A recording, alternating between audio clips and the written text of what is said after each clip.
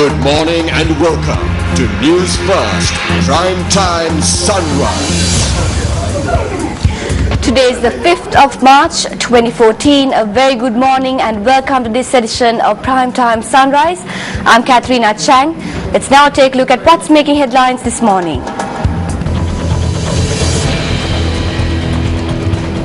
Minister of External Affairs to address the UN Human Rights Council session today. Water Supply Board requests the public to be vigilant when obtaining water from other water supply institutes due to dry weather. Russia tests missiles amid Crimea tension.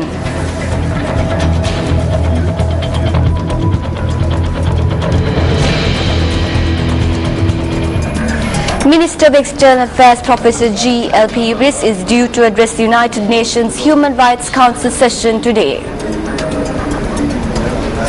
Permanent representative to the UN, Ravinand Arya Singh, has said that Minister G.L.P. Riss will explain the government's stance on the draft resolution presented calls for an international inquiry in the event that Sri Lankan government fails to hold an independent and credible investigation into alleged human rights violations. Speaking to Newsfirst, Ravinand Arya Singh has said that the Sri Lankan government will take this opportunity to express its stance on the situation at hand.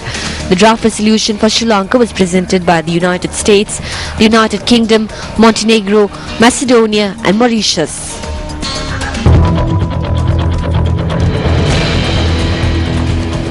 The Consumer Affairs Authority has decided to offer cash rewards to those who supply accurate information to lead the authorities to traders who violate consumer laws.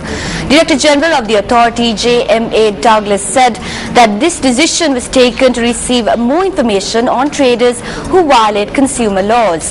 Informants will get a percentage of the monetary value of the goods seized by the authority on such information provided.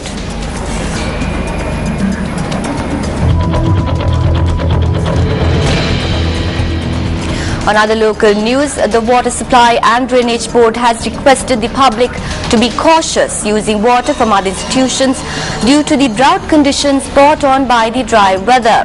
General Manager of the Water Supply and Drainage Board, Ranjit Balsurya, said that the public was advised to express care due to the questionable nature of the quality of water from such resources.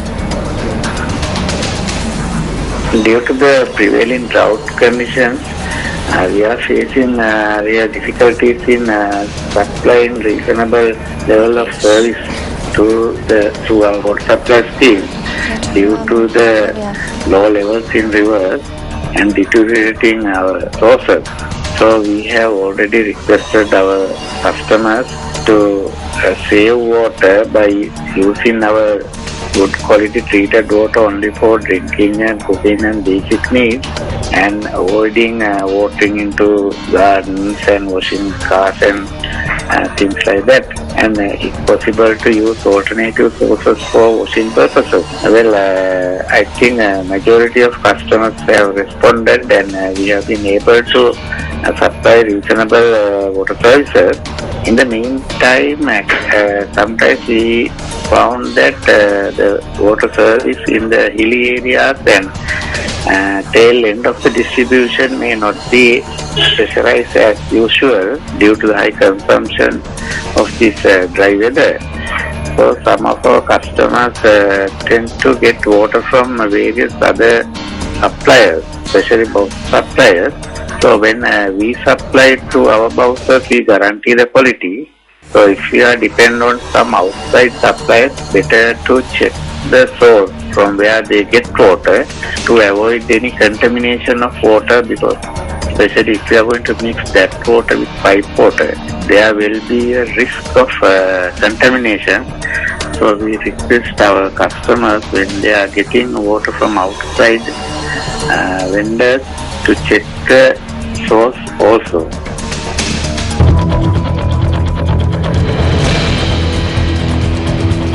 Now, human trafficking is a much talked about subject these days, and it involves those who get employed overseas. Now, for more information in this regard, we contacted the Deputy General Manager of the Foreign Employment Bureau, Mangal Vandaniya.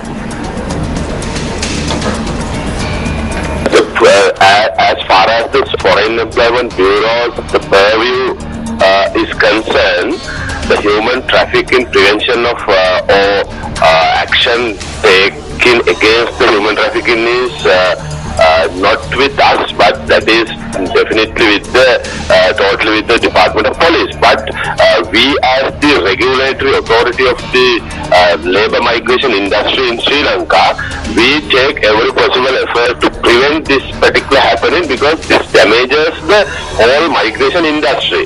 So on that view, we are making efforts.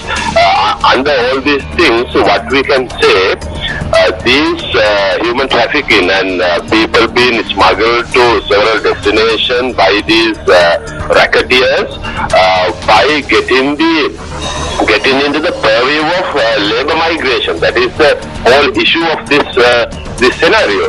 So what we are telling, people should go to a foreign employment with the registration of the Sri Lanka Bureau of Foreign Employment, and at the same time we ensure the signed labor contract. Labor contract means the contract which has been provided by the sponsor or the employer of the destination country, that is to be attested by this labor mission or the foreign employment division of the embassies and the high commissions in labor receiving countries. So without all these signed labor agreements and without the valid employment visa, no one should leave the country for employment purposes.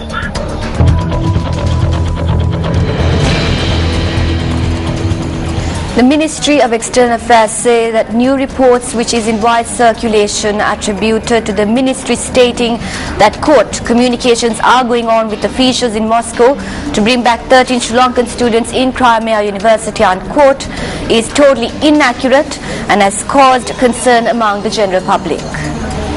Issuing a media release, the ministry says that the Sri Lankan embassy in Moscow, which is concurrently accredited to Ukraine, is constantly monitoring the situation to ensure the safety and well-being of Sri Lankans in Ukraine.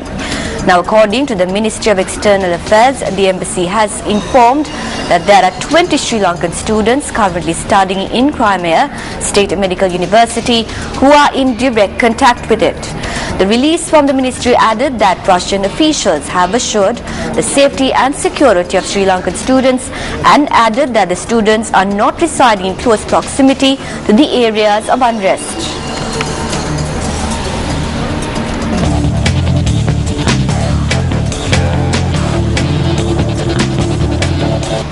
And starting off with some local sports news, unbeaten league champion Navy Sports Club stormed into the Clifford Cup finals when they outplayed Upcountry Lions by 35-50-25 in the first semi-final worked out under lights at Racecourse International Stadium.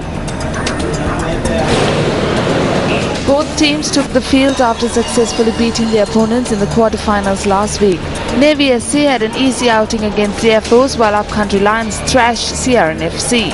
Chanaka Chandima kicked off this clash on an unusual weekday for rugby. Upcountry Lions got their hands on the ball early on, and they struck as early as the 3rd minute of the game when Chanaka Kumara fired across a 40-meter penalty kick to put the Lions from Upcountry in the lead with 3 points. Navy SC went into the half-time with a comfortable lead after the Navy number 8 barged over a superb try from a 5-meter scrum deep inside Upcountry Lions' 22-meter territory into a typical number 8 style. Nuwan Hettiarachchi converted the try. Navy SC sealed off the game in the 74th minute when their in-form number 10 Chanaka Chandimal scored the last try for the winning team after Sali Handapangode initiated the break from loose play. Nuwan Hettiarachchi had no problems with the conversion. Upcountry Lions gave some respect to their scoreline with a superb try by Tevita Taufe in the final minute of the game after he found a small gap in the strong Navy defense. Chanaka Kumara converted the final try as referee blew the final whistle to the delight of Navy players and supporters as they booked their place in the Sunday's Clifford Cup final.